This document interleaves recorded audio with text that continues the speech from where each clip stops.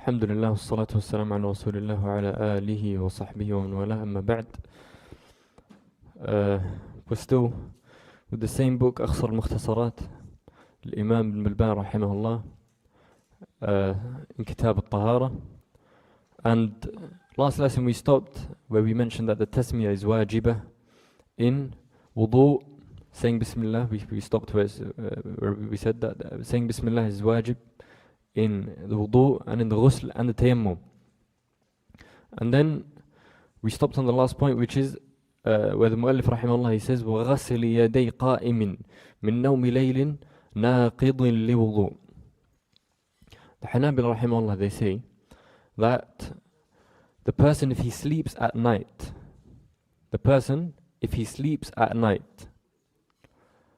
then when he wakes up he must wash his hand 3 times, and that is wajib.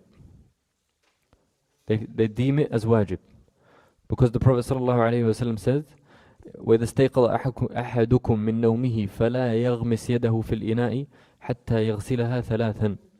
Prophet ﷺ says that when one of you wakes up, let him not put his hand into the bucket of water until he washes it 3 times. So the Hanbali, they took from that is wajib, and they said that for that, when you are washing your hands 3 times in the morning, you must say Bismillah. You must say before it Bismillah. And then he says وَتَسْقُطُ سَهْوًا وَجَهْلًا. Now, like we said last lesson, we mentioned that if a person forgets to say Bismillah in the wudu, he forgot to say Bismillah in the wudu, they say تَسْقُطُ سَهْوًا. So he is no longer asked to repeat his wudu, and his wudu is valid if he forgets to say Bismillah in the beginning. But we said if he remembers in the middle, what does he do? He repeats again. He starts from the beginning, he says Bismillah. Yeah. That's what the book is saying.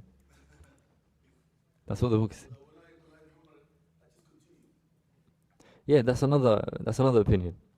Then he says Then he says وَمِن سُنَنِهِ. Now he's going to mention some sunan of wudu. He says istiqbalu qibla. The first sunnah of wudu is to face the qibla during the wudu.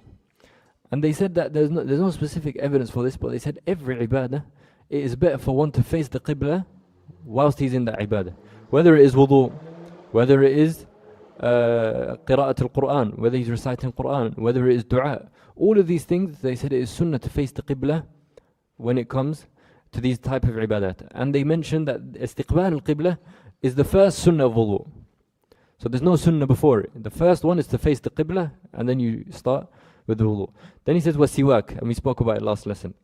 And then he says وَبَدَاءَةٌ بِغَسْلِ يَدَيْ غَيْرِ قَائِمٍ مِّن نَوْمِ لَيْلٍ. Now, just how we mentioned that the one who wakes up at night, in the morning, he must wash his hand 3 times.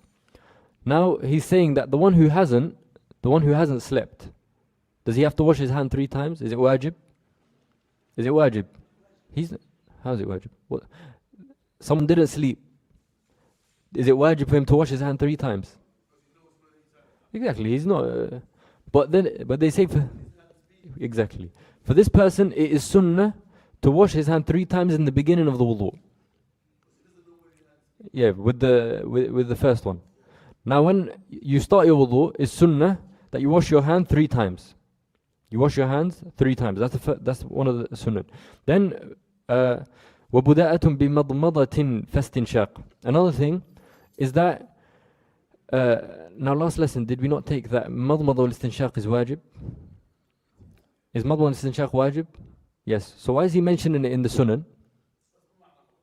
Sorry? مضمضة is, yes.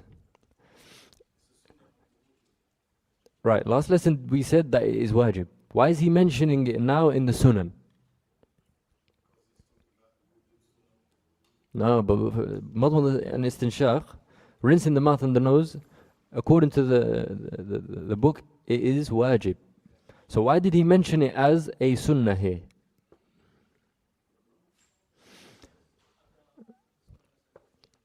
No, he can't contradict himself.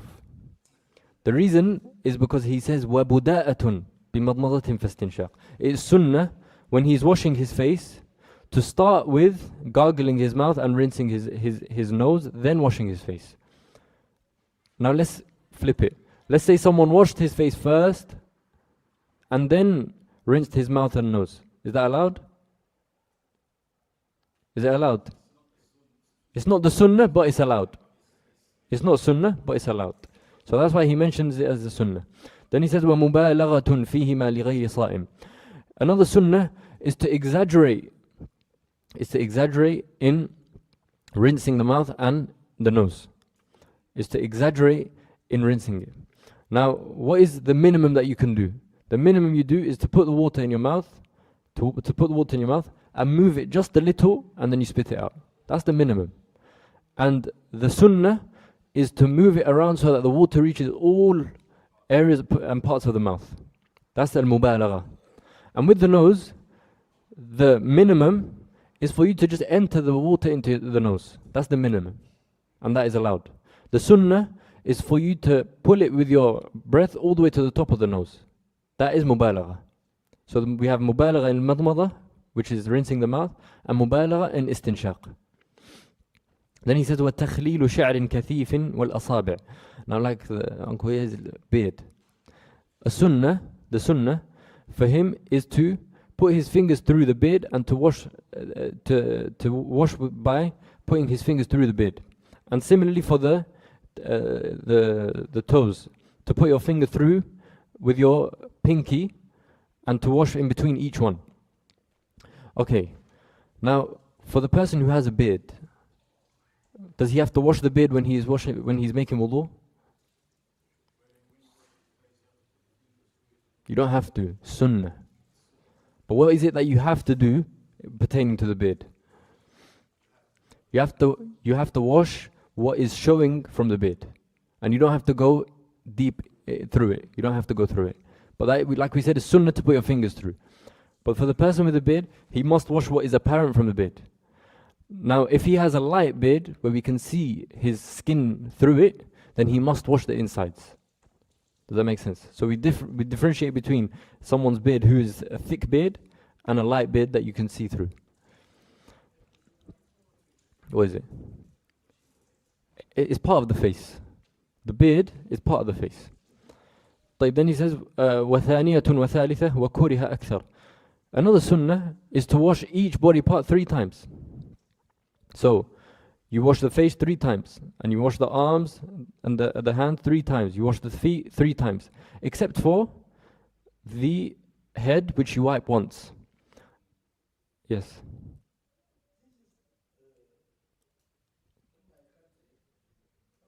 What country?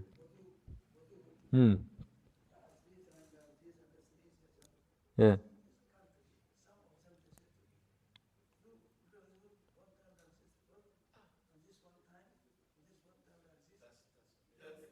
That's the minimum. Yes. Yes. Yes. Good.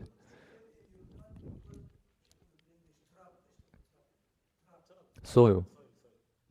Soil or dust. No. Okay. No. The 3 times is sunnah. The 3 times is sunnah. And the 1 time is wajib. So, someone washes each part 1 time. We say that his wudu is correct. But the person who washes each part 3 times, then this person has done the sunnah. So his ajr is more, is better. If you do 1, it's right. Yes, it's right. But the sunnah 3 times. Sahih. And then he says, وَكُرِهَ أَكْثَرٌ. It's makruh to wash each part more than 3 times. It's makruh to wash each part more than 3 times. Because they said that isbagh has been done, which is that he has completed his wudu. And anything over 3, it goes into wasting water. Then he says, وَسُنَّ بَعْدَ فَرَاغِهِ. The sunnah, after he finishes the wudu, he said, رَفْعُ بَصَرِهِ إِلَى السَّمَاءِ. To raise his eyes to the sky, up like this. And to say the dua. The رفع البصر إلى السماء, the hadith that has come with رفع البصر is ضعيف. Yes, that's the dua. But I'm saying رفع البصر, which is to raise the head to the sky. The hadith that came in regards to this is weak, because there was an addition of this phrase, which is to raise the eyes to the sky by someone who is weak. Yes, by someone who's weak. And Al-Albani rahimahullah, he classed it as munkar. Munkar. What does munkar mean? When someone who is weak, he goes against those who are trustworthy. So this weak person, he's unknown. He is the one who added this to raise the eyes to the sky. Then he says, وَقَوْلُ مَا وَرَدْ, and to say the dua which has been transmitted. Of them is اللهم اجعلني من التوابين واجعلني من المتطهرين. And of them is أشهد أن لا إله إلا الله وحده لا شريك له وأشهد أن محمدا عبده ورسوله. Of them is سبحانك اللهم وبحمدك أشهد أن لا إله إلا أنت أستغفرك وأتوب إليك. And there's plenty of ad'iyah that have come regarding the wudu. After he finishes the wudu, the sunnah is for him to say these ad'iyah. The sunnah for him is to say these ad'iyah. Then he moves any.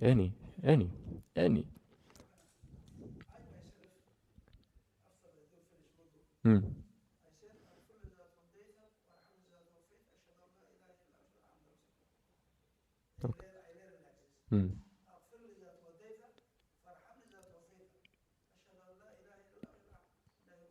The first part. Yeah. Yeah.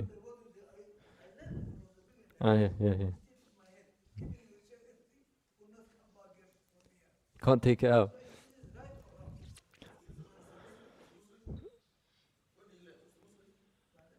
Well, this first part I've not heard it before. I can't speak about it, but the first part I've never heard it. I'm not sure if it's a hadith or not. Okay, brothers, so that the class can move, we're going to leave questions to the end, inshallah, okay? Is that okay? We leave questions to the end. Alright, so, fasl. Now he speaks about mas'al al-khuffayn. Al-mas'al al-khuffayn is wiping over the leather sock. The leather sock.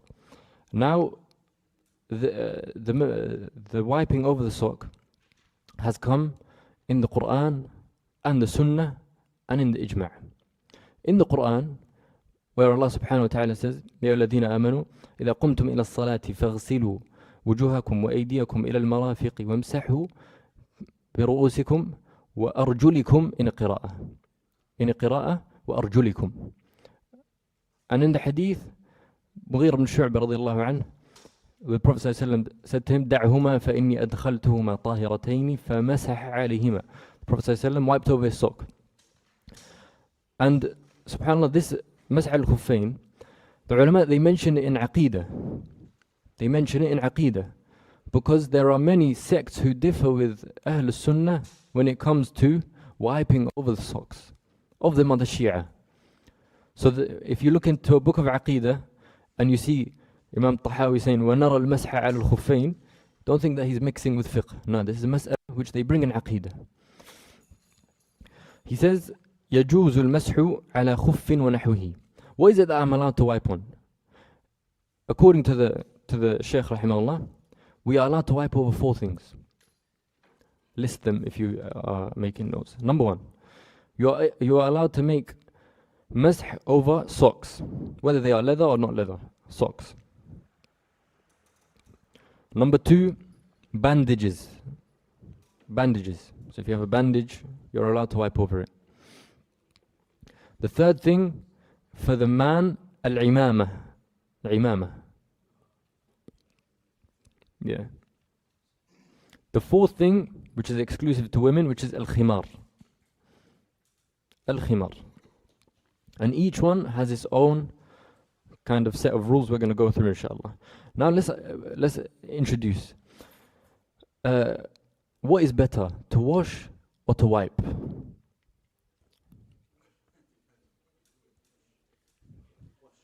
Depends. It depends.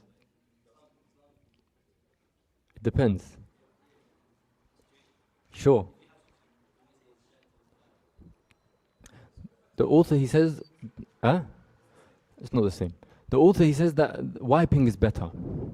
And that wiping is better. Because the Prophet ﷺ, when Mughir radiallahu anh came to him to take his socks off, he commanded him to leave them and he wiped over. Ibn Taymiyyah, he has a opinion, like the brother said, it depends. Ibn Taymiyyah has a middle opinion, which is what? That it depends on your state. So it is not sunnah to wear the sock for you to wipe. And it is not sunnah for you to take off the sock for you to wash. So whatever state you are upon, that is better for you. So if you're upon the state where you're wearing socks, it is better to wipe. If you're upon a state where you are not wearing socks, it is better to wash. And that is the middle ground that Shaykh al-Islam Taymiyyah rahimahullah, he mentioned. Then he says, وَعِمَامَةِ ذَكَرْ, as we mentioned, al-imamah, muhannaka. One of the conditions for the imamah is that it must be, as they say, muhannaka, as in it must be tied under the chin. Why is that? Because that is harder to take off.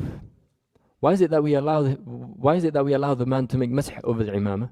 Because of the difficulty in taking it off. But if he has a shimagh, like the Khalijis, that's not difficult to take off. You just grab it like that and you put it on the floor and you make wudu. But the imamah that they allow masih over is the one that is tied under the chin, because it is harder to take off. And then he says, أو ذات ذؤابة. ذات ذؤابة is the one where it is tied and then it has like something running down at the back. That one also because it is difficult to take off.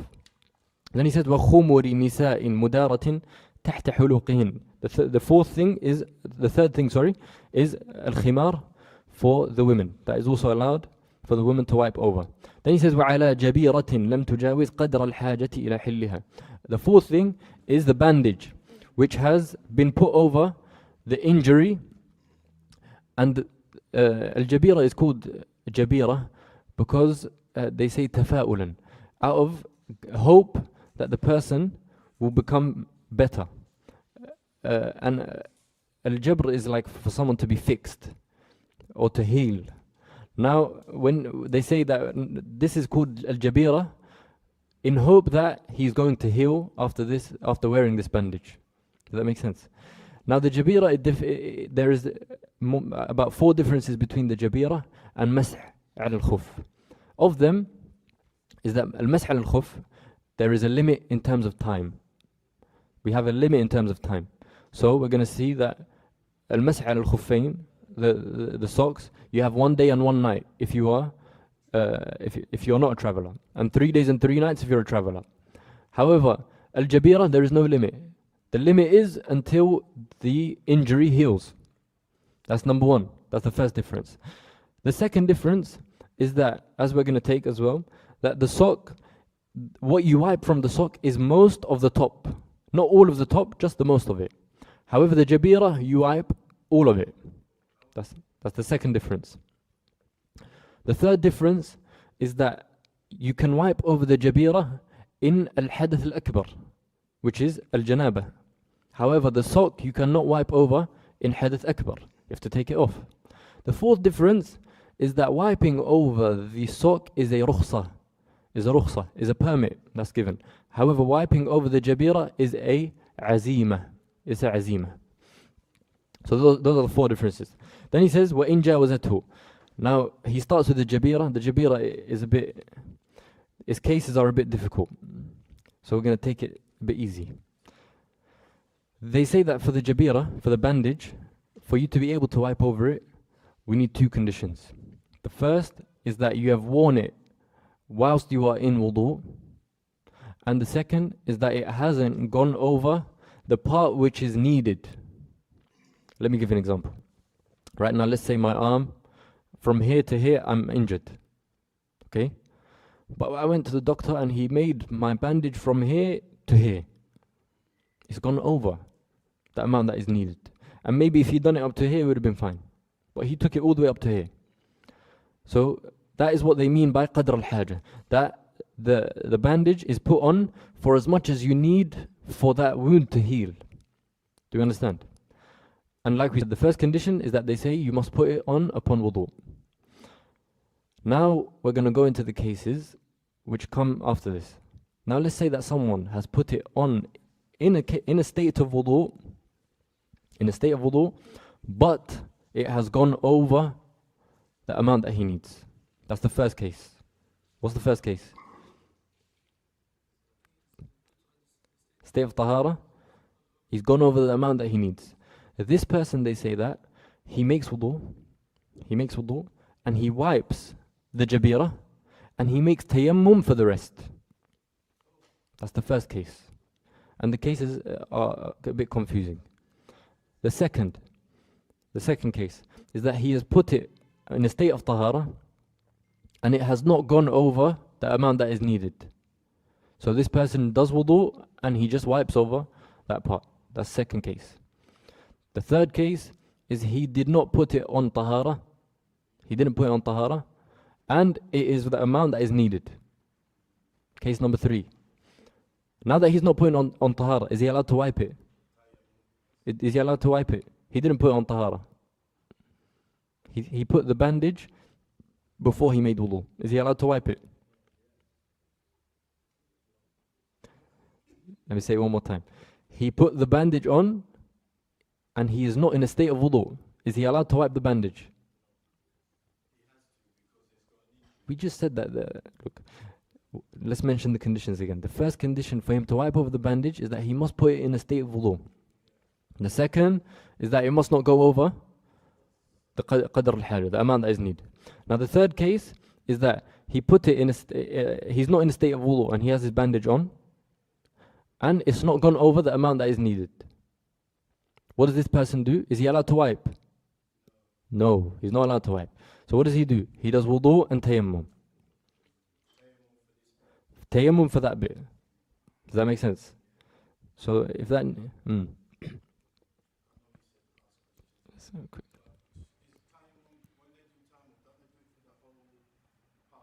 When we come to tayammum, we're going to show how tayammum is done as well. That's not how tayammum is done. We're going to speak about it, inshallah. Then he says, فَإِنْ خَافَ الضَّرَرِ. Now, the person whose bandage has gone over, the first thing that we tell him to do is to try to remove it, if there is no harm in doing so. However, if there is harm in doing so, we say to him, okay, leave it as it is, and do tayammum for that part. Then he says, وَيَمْسَحُ مُقِيمٌ. Now he's going to tell us the times, the time limit for each person. Al-Muqim, the person who is not a traveler, he's staying in the village or city. This person, he wipes for 1 day and 1 night. 1 day and 1 night. Then he also said, وَعَاصٍ بِسَفَرِهِ. Someone who is a traveler, how many days and nights does he have in wiping? 3 days and 3 nights. But they said the one who is in his, not in his travel, but his travel itself is a ma'siyah. His travel itself is a ma'siyah. So he is going, for example, to another country to buy khamr. He's going to another country to commit zina. This safar is ma'siyah. They say that we do not give him the permit of 3 days, 3 nights. He is limited to the 1 day and 1 night. Now there's a difference between عاصٍ بسفره وعاصٍ في سفره. It's different. Al-'asi بسفره, we're talking about his safar in itself, the travel is haram. The travel within itself is haram. We're not saying if he sins in his travel. Anyway, everyone sins. We're not saying if he sins in his travel, okay, he's not allowed to do 3 days, 3 nights. We're saying his actual travel is a sin. Does that make sense? His actual traveling is haram. Yeah, why he's going. The reason why he's going, you ask him, why did you go? He says, I'm going because I'm purchasing khamr, for example. That makes sense. So he has 1 day and 1 night. Now the question comes, when does the time start? When do we start counting? When does the clock start ticking for you? No, I'm saying as in, when do you, now you've not left. You're still here. You have 1 day and 1 night. When does the time start for you? When do you start counting? Meaning that the next day you wash your feet again. When you put it on. He said when you put it on.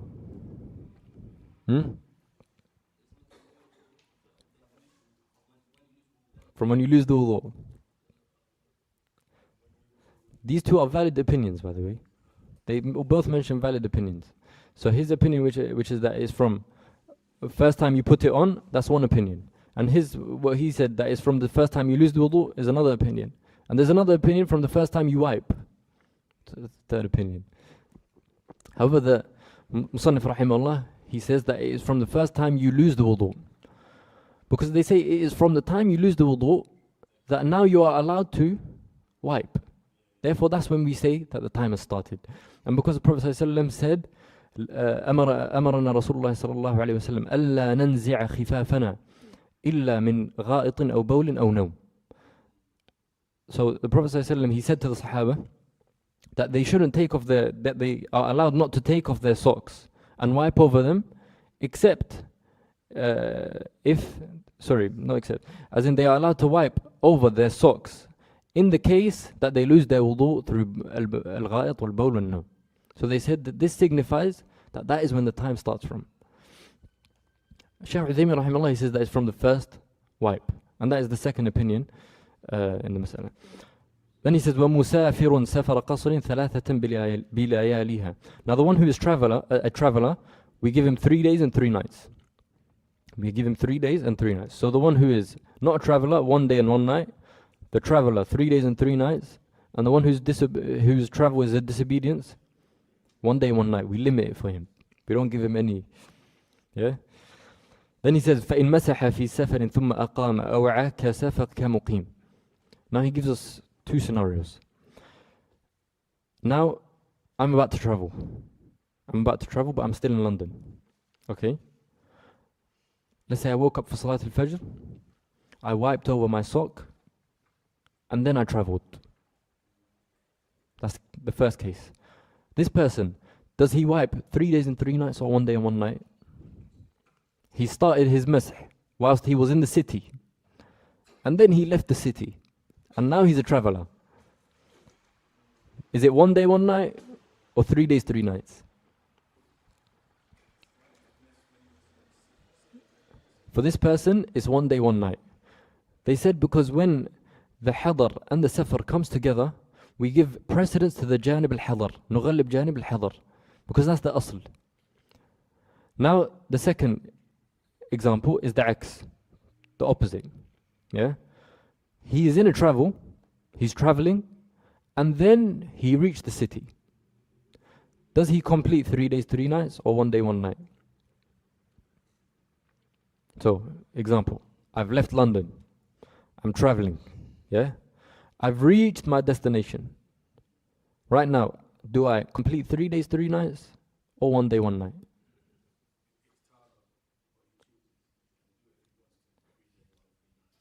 Can choose. No, they say that this person is 1 day, 1 night. Because now that he has returned and he is now a muqim again, he's not a traveler again. Yes, he's not a traveler again. We put him back to 1 day and 1 night. Let's say that. No. He became a muqim, sorry. Now, the person, the first example is what? That I'm in the city, I've done masah, then I left. Yes? The second is that I'm on a travel and then I reached my city. Both cases they say that he completes masah of a muqim 1 day and 1 night. Now let's say someone's traveling for 2 days and 2 nights. Then this person, they say, as soon as he reaches the city, he must now take off his socks and wash. Do you understand? He's no longer allowed to wipe. And then they say, وَشُرِطَ. Now he's going to mention some of the conditions of al-masah. عَلَى الْخُفَّيْنِ. Number 1, he says, تَقَدُّمُ كَمَالِ الطَّهَارَةِ. Number 1 is for the wudu to be complete before you put the socks on. The wudu must be complete before putting the socks on. Now, something that happens, which is very frequent, is that someone will wash his right foot. Okay? That's a new one. Then he has to start again. We're saying that the person, he washes his right foot. Yes? And then he puts the right sock on. Then he washes the left foot. Then he puts the left sock on. This person, did he put the khuf after kamal al-tahara? Is his wudu complete? His wudu is incomplete. So he must wash the right foot and the left foot, then put the khuffain on. So that's what we mean by kamal al-tahara. Number 2, وَسَتْرُ مَمْسُوحٍ مَحَلَّ فَرْضٍ. The thing that you are going to wear over the foot must cover the area that usually is washed. Do we understand? It must cover the area that's usually washed. Otherwise, Now, when I'm washing my feet in wudoo, I wash from my fingertips to my ankles. That must be covered by the sock that I'm going to wear if I want to wipe over it. So, for example, a lot of people that wear ankle socks and it shows the ankle. Are you allowed to wipe over that? No, because the ankle is showing. And the Sharia did not come with combining between masah and ghasl. Now that the ankle is showing, the ankle must be washed. And the other part is covered, it must be wiped. Can I say I'm going to wash my ankles and wipe over the top of the sock? No, the Sharia didn't come with this. So you must cover the entire area that is usually washed. And of that they mentioned that it shouldn't have a hole in it. They say if it has a hole, then that part which is showing should be washed. So they say that is not allowed. However, Sufyan Thawri rahimahullah, he says that the Sahaba's socks at the time, all of them were ripped. He says that the Sahaba, who very small amount of them maybe had a good sock, Primark sock like us, that covers the foot and doesn't rip. So this is the opinion of Sufyan Thawri and Ibn Mubarak and Shaykh al-Uthaymin and Ibn Baz and Al-Albani rahimahullah, I think. Then he says, وَثُبُوتُهُ بِنَفْسِهِ. The sock must be able to remain put by itself. You don't need to tie it with anything. Otherwise, there is no hardship in taking it off if it comes off by itself. That's the third condition. And then he says, وَإِمْكَانُ مَشْيٍ بِهِ عُرْفًا. The fourth condition is that you should be able to walk in that sock. عُرْفًا. However, in our custom. Now, some scholars, they took this, that you should be able to walk with the sock outside. However, in our custom, where do we walk with the sock? Indoors or outdoors? Indoors. So that is our custom. If I'm able to walk with the sock indoors, then that means I'm able to wipe over it. Then he says, وَطَهَارَتُهُ. The sock that I'm wearing must be pure. And what I mean by pure is that it must be made out of something pure. What we mean is طهارة عينية. طهارة عينية, meaning that my sock isn't made out of something which is impure within its essence. Pig skin, for example. However, if the khuf is mutanajjis, a najasa has come onto the khuf, is the khuf najis within itself? No. So am I allowed to wipe over it? Yes. No, even without cleaning it. Yeah, you're allowed to wipe over it. But if you are time for salah, you must wash the najasa. That makes sense. So when they say tahara, they mean tahara ayniyah, that it must be made out of something tahir. Not that it shouldn't have a najasa on it. Ayniyah, as in it should be made out of something tahir, not najis. Do you understand?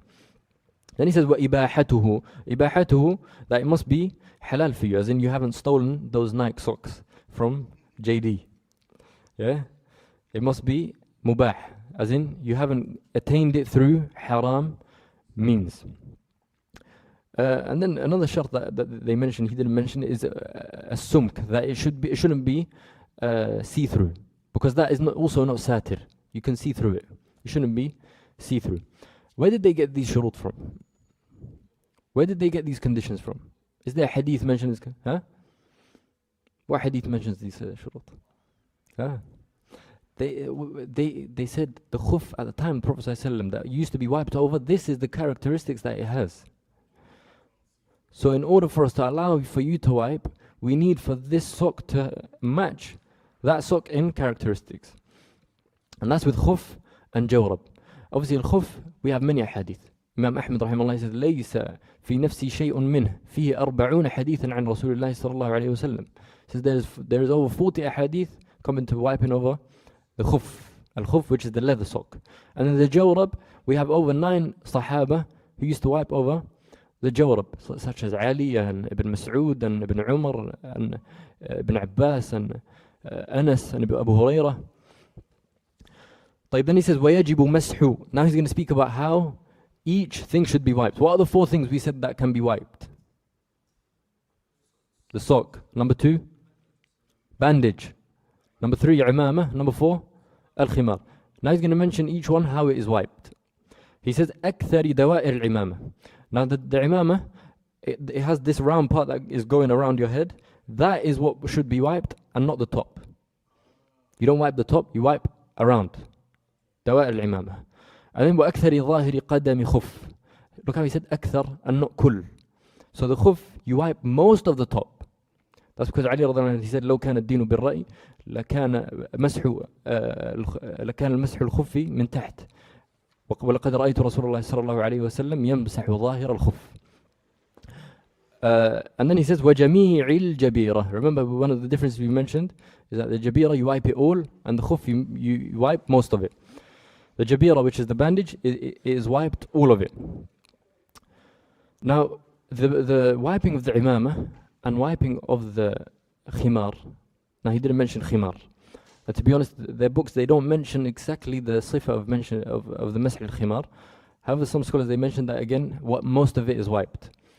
The wiping of the imamah, the dalil for it is the hadith where they said, they described the Prophet sallallahu فَمَسَحَ بِنَاصِيَتِهِ وَالْعِمَامَةِ. So they took from it that the imamah you can wipe over. And the khimar, they took from it from Salama radiallahu anha, that she wiped over the khimar. So that's why they got these, the mashru'iyyah of al-masah al-khimar and al-imamah. Then he says وَإِنْ ظَهَرَ بَعْضُ مَحَلِّ فَرْضٍ أَوْ تَمَّتِ الْمُدَّةِ اسْتَأْنَفَ الطَّهَارَةِ. Now we have a mas'ala. The sock that you are wearing now, and you are still within the time frame, some of the area which must be washed shows. So let's say you had you took your sock off until your ankle started showing. Now the ankle, what is it that must be done in terms of the ankle if it is showing? It should be washed. So they said, right now that you have taken this sock off, you've taken the sock off. Sorry? Okay, let's give an example. I wiped my sock. Okay? They say now that if you take your sock off, they say that you lose the wudoo. You understand? Why did they say that you lose the wudoo? They say now this foot that is showing, has it been washed? No. The thing that was wiped over, is it there? No. Can we say, now, so they say that the foot right now has no tahara attached to it. Does that make sense? It has no tahara attached to it. And they say tahara, they say لا تتبعض.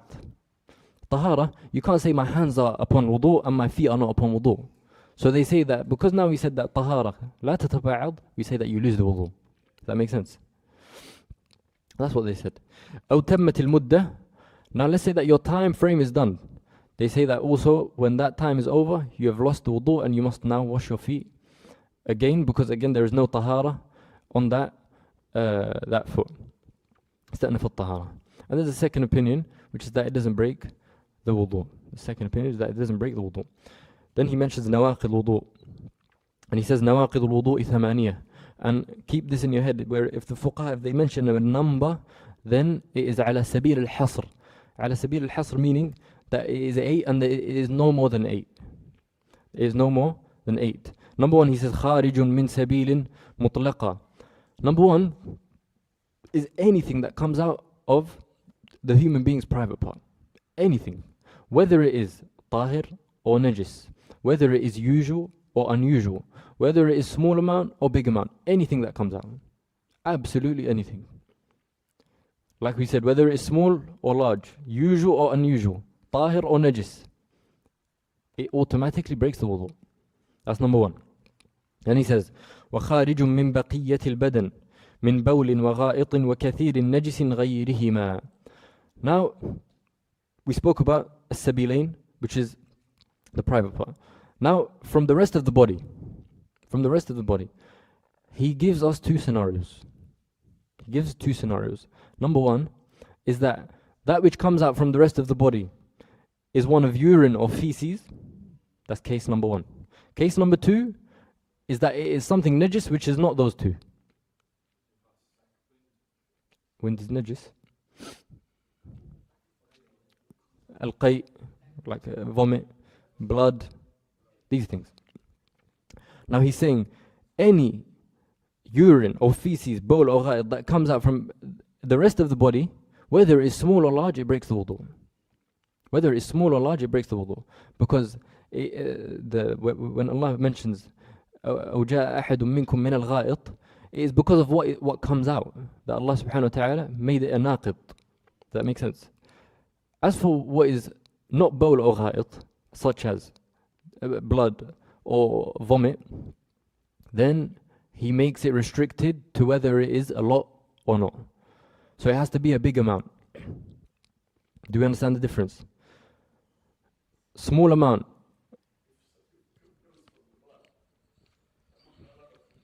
A lot. If it's a lot, yes, breaks the wudu.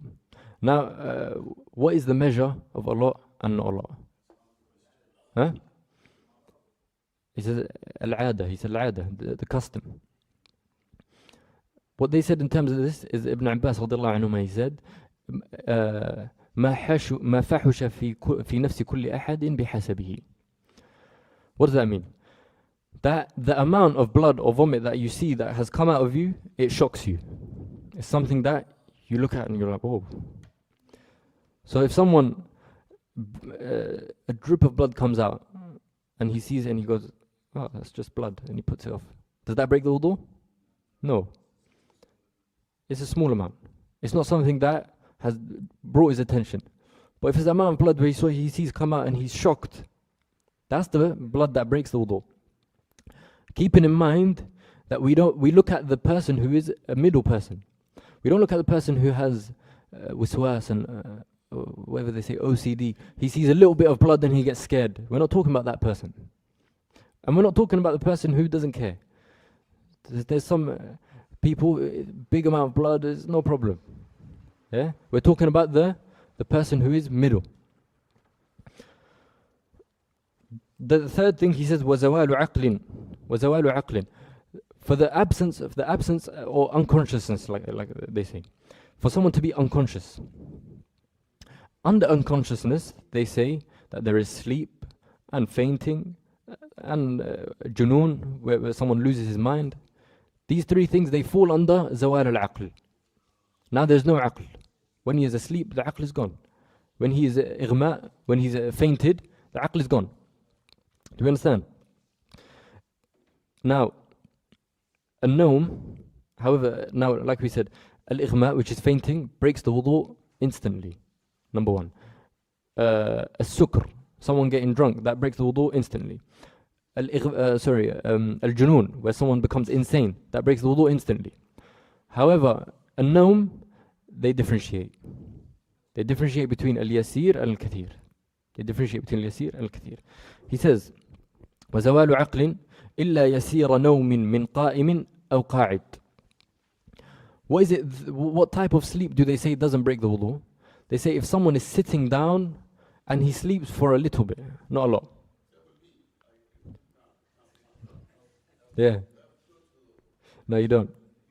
See how the lesson, it's beneficial, the lesson, isn't it? Now the way Uncle mentioned, his wudu is not broken according to the mu'allif. Because the Prophet ﷺ, one night, he was speaking to a man when he was supposed to pray, but with the Sahaba Salat al-Isha. And the Sahaba, their heads was going up and down out of sleep. And when the Prophet ﷺ came, they prayed with him and they did not make wudu. That shows that when you are sleeping, sitting down, that it doesn't break the wudu. But we're saying a small amount. I'm not saying someone who sleeps sitting down for 5-6 hours. Now this person's wudu breaks. Why did they say the person sitting down, his wudu doesn't break? Like you said, harder. Maybe the more accurate is impossible. If you're sitting flat, like this, on the ground, and you're sleeping, it's impossible for anything to come out. Yeah? But if he sleeps long, he might fall over or whatever, he might change position, then something might come out. أو قائم. Similarly, if he's standing up. Okay, now I'm going to ask you, someone slept laying down for a small amount of time. Is his wudu broken, yes or no? Let me say it again. He's laying down for a small amount of time. Does his wudu break? Yes. Because he's laying down. The exception we said if he's standing or sitting.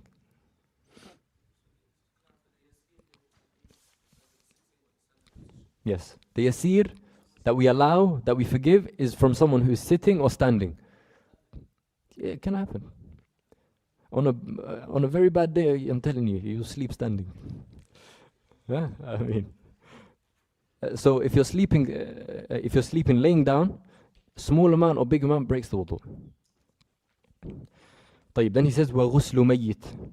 Another thing that they mention that breaks the wudu is washing of the dead person. Washing the dead person. Yes. Question at the end. They say that ghusl mayyit breaks the wudu. And what do you mean by ghusl mayyit? We don't mean the person who's pouring the water over him. That's not ghusl mayyit. We mean the person who actually is putting his hand on the body of the mayyit and is washing with his hand. Huh? Yeah. His hand is touching the mayyit. We're going to take that he's supposed to wear gloves anyway. He's supposed to wear something that covers. But whether it's gloves or not, that makes sense. Why does it break the wudu? The Sahaba, they used to command the person who makes who washes the dead body to make wudu after. Of them is Ibn Abbas and Ibn Umar. And it was not known that anyone had differed with them at the time. And it is not known that any of the Sahaba gave the permit in not making wudu after washing the dead body. So they took it as what? As if it is a consensus between the Sahaba, as if it is a ijma'. That makes sense. And this is only the Hanabila that mention this as a naqid. The rest of the madhahib, they do not mention this. Then he says, وَأَكْلُ لَحْمِ إِبِلٍ. Another thing that breaks the wudu is eating camel meat. Now when we say camel meat, I mean camel meat and not, sorry?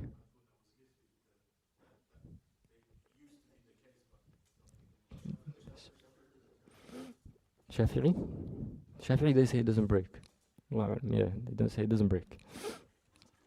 وَأَكْلُ لَحْمِ إِبِلٍ. What we're talking about is al-lahm.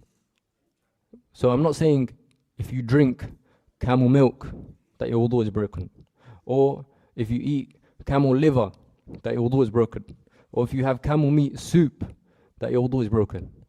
It is restricted to the meat. Does that make sense? The meat. وَأَكْلُ لَحْمِ إِبِلٍ. Why did they say that it breaks the wudu? They said because the Prophet ﷺ was asked, أَنَا تَوَضَّأُ مِنْ لُحُومِ الْغَنَمِ قَالَ إِنْ شِئْتَ. And then he was asked, أَنَا تَوَضَّأُ مِنْ لُحُومِ الْإِبِلِ قَالَ نَعَمْ. He says, should we make wudu after eating camel meat? He said, yes. He said, yes. Then he says another thing that breaks the wudu is ar-ridda. Ar-ridda, which is where you leave Islam. That it breaks the wudu. Why do they mention this? First of all, because ridda, it invalidates all a'mal. And wudu is one of the a'mal salihah. Therefore it invalidates.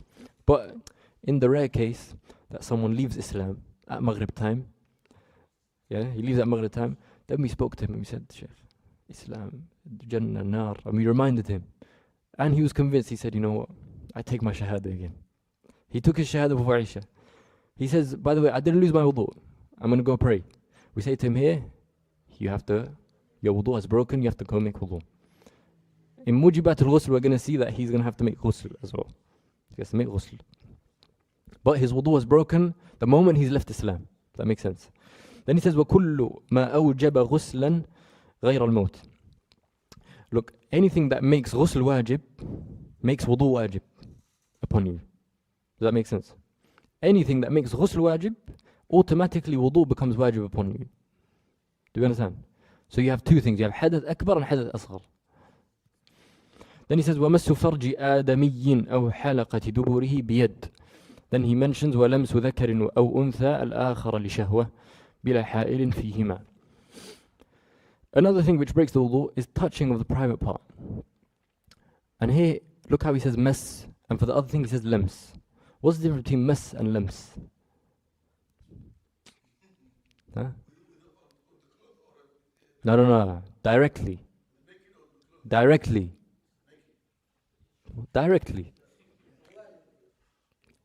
Okay? Allah musta'an. Okay. What's the difference between mas and lems?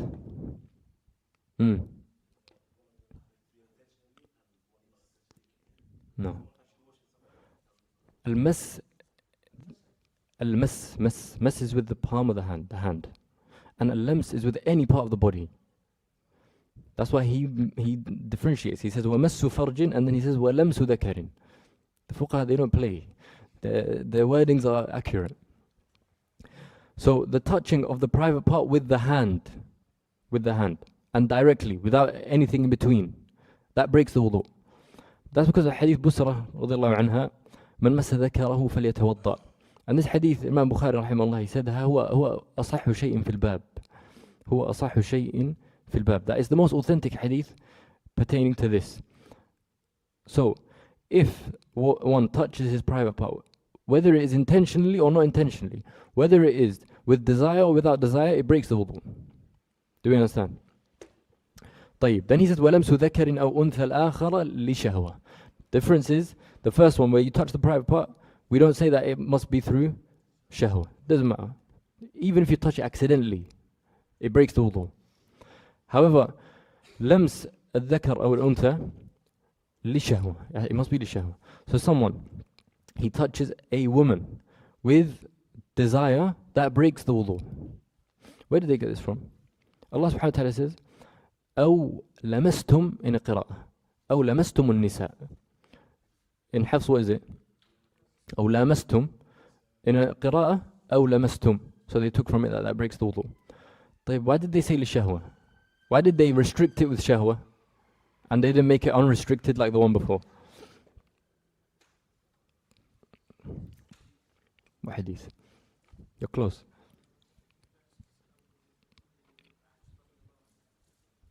Yeah. When he was praying, they said lishahwa. They made that restriction because the Prophet ﷺ used to pray whilst Aisha was sleeping.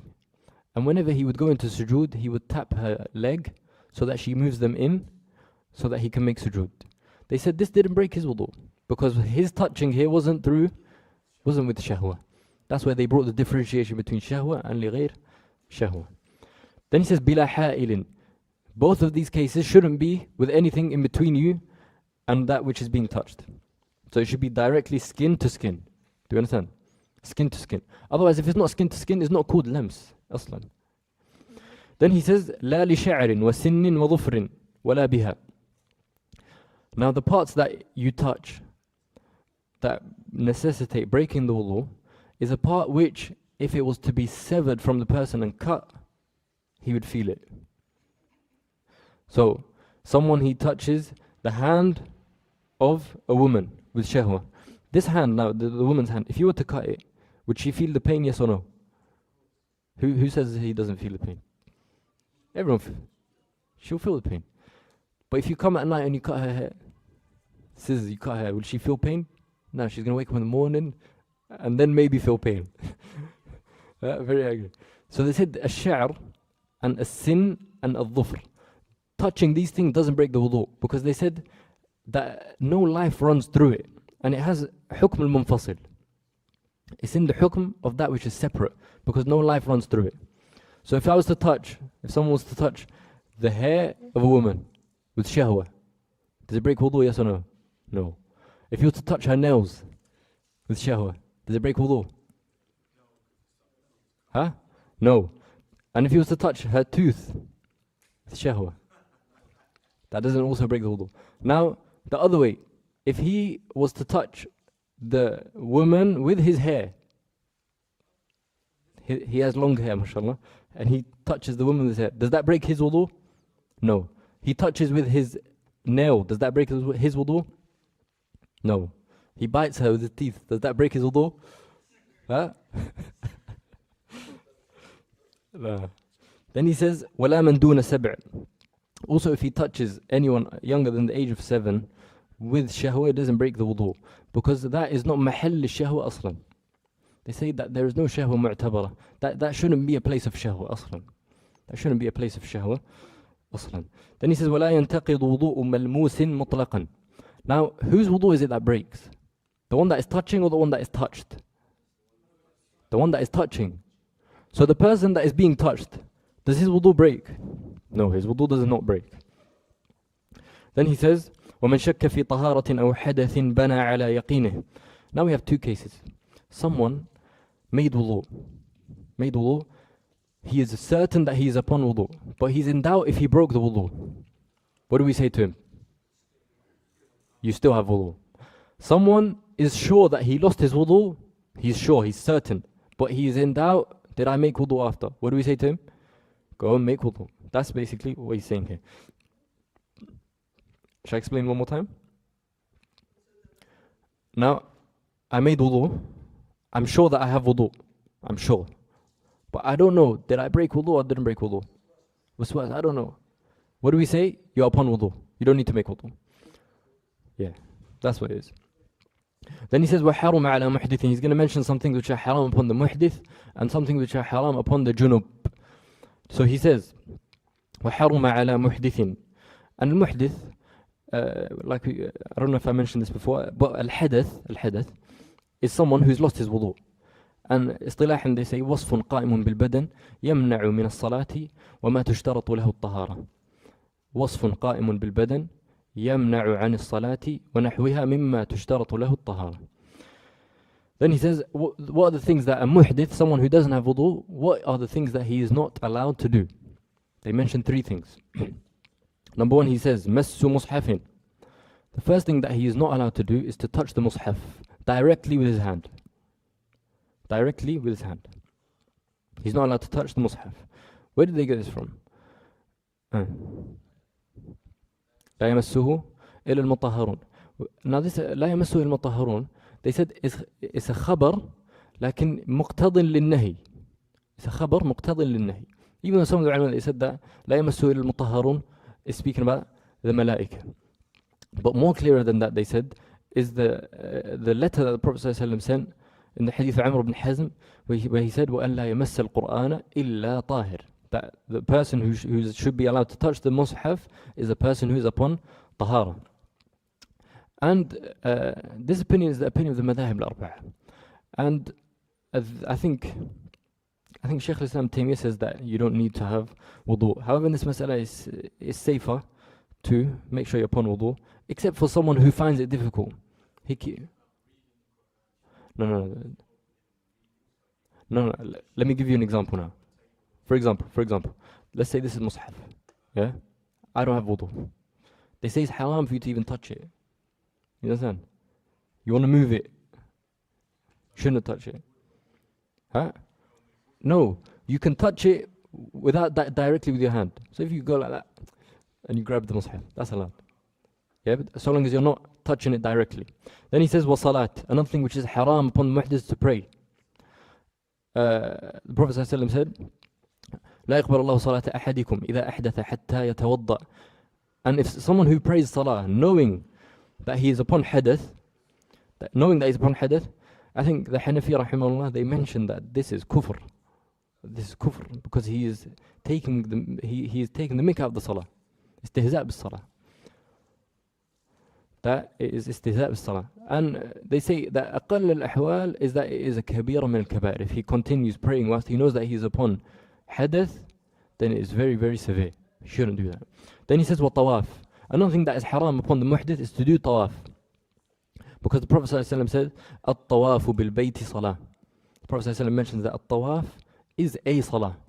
That's why when you look at Kitab al-Hajj, they say that tawaf, the same shurut of salah must apply. So ijtinab al-najasa and satr al-awra and all of those shurut, those conditions apply in tawaf. Similarly, it's haram for him to do tawaf whilst he is upon hadith, whether that tawaf is sunnah or nafilah. Then he says, وَعَلَى جُنُوبٍ وَنَحْوِهِ. Now then we have a junub who is upon hadith akbar. He's not allowed to do the first three as well, which is Mas al-Mushaf and Salah and Tawaf. And then he adds two more things that he is not allowed to do. Number one, he says, وَقِرَاءَةُ آيَةِ قُرْآنٍ. The junub, the one who is upon hadith akbar, he is not allowed to recite anything from the Quran. He is not allowed to recite anything from the Quran, and it's haram. What is it that he's not allowed to recite? They said that he's not allowed to recite an ayah. However, if it is ba'du ayah, they allow it.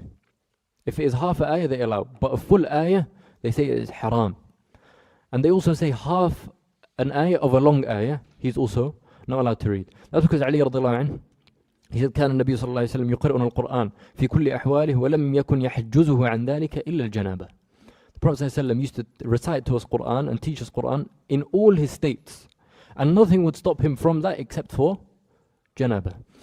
Another thing he says, وَلُبْثٌ فِي مَسْجِدٍ بِغَيْرِ وُضُوء. The junub is not allowed to stay in the masjid without wudu. So, someone who's upon janaba says, I want to sit in the masjid. We say to him, you're allowed to sit in the masjid if you make wudu. Otherwise, it is haram for you to sit in the masjid. Because Allah subhanahu wa ta'ala says, إِلَّا عَابِرِ سَبِيلٍ حَتَّى تَغْتَسِلُوا. So he prohibits the junub from sitting in the masjid unless he is just passing by the masjid or for him to make wudu. Why did they say he has to make wudu? Now with that wudu, can he go pray? No. But they say al-wudu يخفف من الحدث. Just as when you're about to sleep, if you sleep upon janaba, it is sunnah for you to make wudu. And they said that wudu is mashru' because that is legislated, because that was the action of many of the Sahaba rahimahum radiyallahu anhum. Wallahu a'lam. Sallallahu alaihi wasallam ala nabiyyina Muhammad.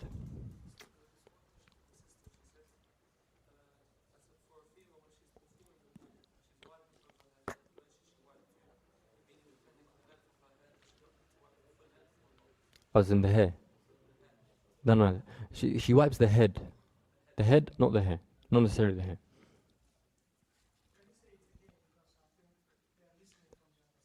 Yes, so the wiping of for the woman, does she wipe the hair or the head? She wipes the head, not all of the hair.